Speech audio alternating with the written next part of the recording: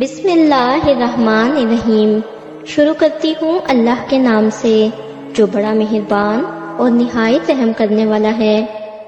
چند ضروری تدابیر جن سے جنات اور آسیب سے بچا جا سکتا ہے۔ یہ تو ہم سب کو معلوم ہی ہے کہ جنات بھی کائنات میں موجود ہیں اور انسانوں کی طرح وہ بھی زندگی گزارتے ہیں۔ ان کا بھی گھر اور بچے ہوتے ہیں۔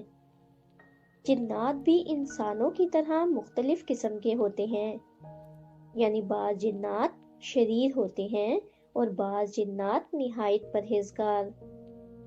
کوئی جنات کو تنگ نہ کرے یا ایسے کام نہ کرے جس سے وہ پریشان ہو تو وہ انسانوں کو نقصان نہیں پہنچاتے۔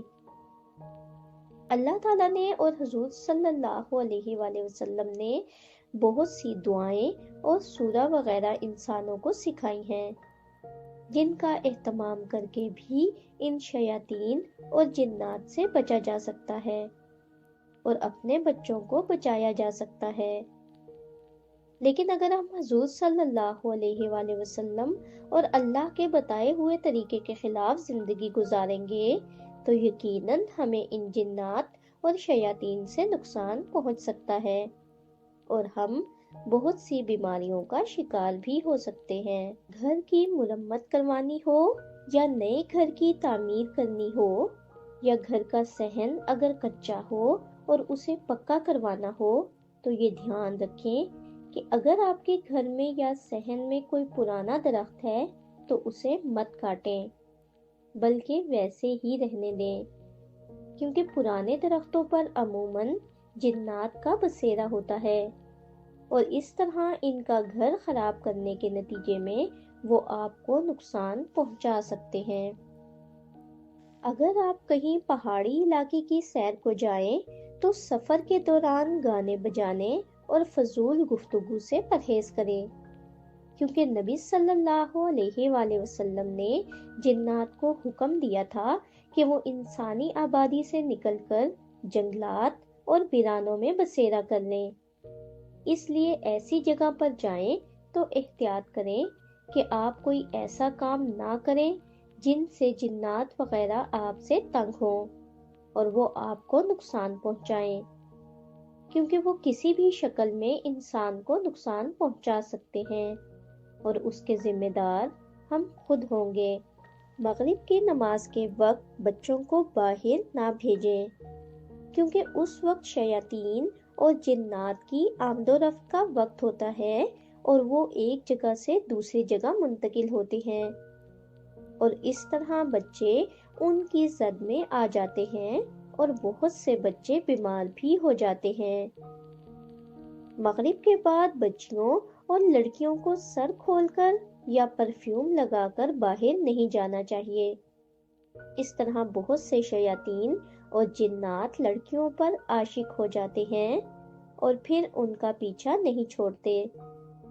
اس طرح بہت سی لڑکیاں اور بچیاں بیمار بھی ہو جاتی ہیں اور پھر ان کے ماں باپ انہیں پیروں فقیروں کے پاس لیے پھرتے ہیں جن سے کوئی فائدہ نہیں ہوتا۔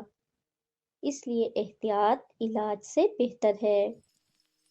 اور لڑکیوں کو پرفیوم لگا کر تو ویسے بھی باہر نہیں جانا چاہیے، کیونکہ حضور صلی اللہ علیہ وآلہ وسلم کے فرمان کے مطابق اگر عورتیں خوشبو لگا کر باہر نکلیں اور غیر محرم تک ان کی خوشبو پہنچے تو ایسی عورتوں پر جنت کی خوشبو بھی حرام ہے۔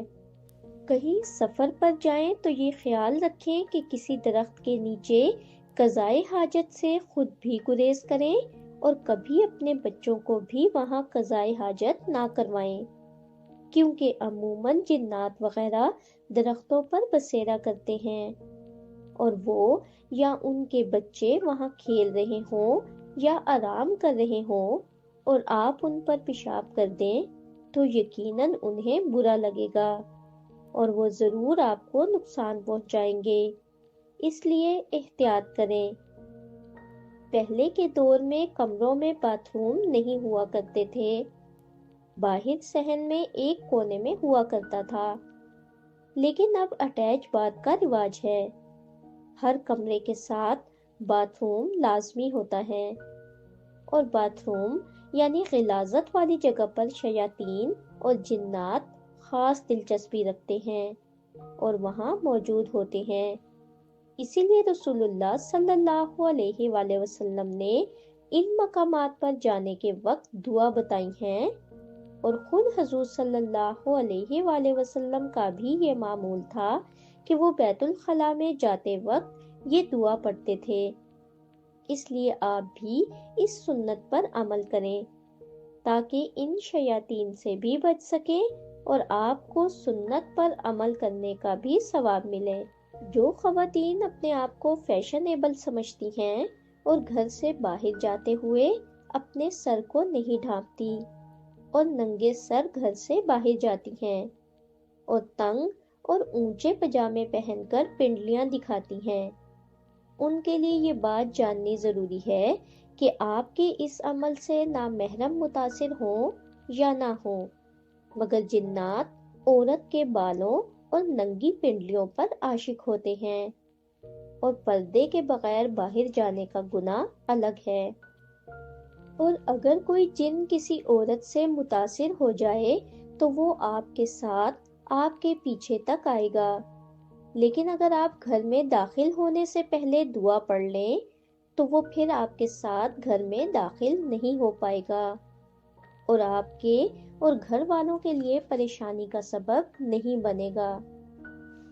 گھر میں داخل ہوتے وقت اگر آپ بسم اللہ پڑھ لیتے ہیں تو جنات سے محفوظ ہو جاتے ہیں، اور اگر آپ کپڑے بدلتے وقت بسم اللہ پڑھ لیتے ہیں تو جنات اور شیاطین کی آنکھوں کے آگے پردہ آ جاتا ہے، تو آپ شیاطین کی نگاہوں سے محفوظ ہو جاتے ہیں۔ اور اگر آپ باتھ روم جانے سے پہلے صرف بسم اللہ ہی پڑھ لیں تو بھی آپ شیاطین اور جنات سے محفوظ ہو جاتے ہیں۔ اس کے علاوہ سورۃ الفلق، سورۃ الناس اور سورہ بقرہ پڑھنے کا معمول بنا لیں تاکہ آپ جنات اور شیاطین سے محفوظ رہ سکیں۔ اپنی اور بچوں کی حفاظت کیجیے اور جنات کے شرانگیزیوں سے پناہ مانگتے وقت یہ دعا بھی کیا کریں کہ اے اللہ جنات کو بھی ہمارے شر سے بچا، کیونکہ ہم لا علمی میں مسلمان جنات کو تکلیف دینے کا سبب بن جاتے ہیں۔ اللہ پاک ہم سب کی حفاظت فرمائے۔ اگر میری کاوش پسند آئی ہو تو مجھے بھرپور سپورٹ کریں اور کمنٹ کر کے میری حوصلہ افزائی ضرور کیا کریں۔ اگر آپ کو ہماری ویڈیوز اچھی لگتی ہیں اور آپ نے ابھی تک ہمارا چینل سبسکرائب نہیں کیا تو برائے مہربانی چینل کو سبسکرائب کر دیں اور ویڈیو کو لائک کر دیں۔ شکریہ۔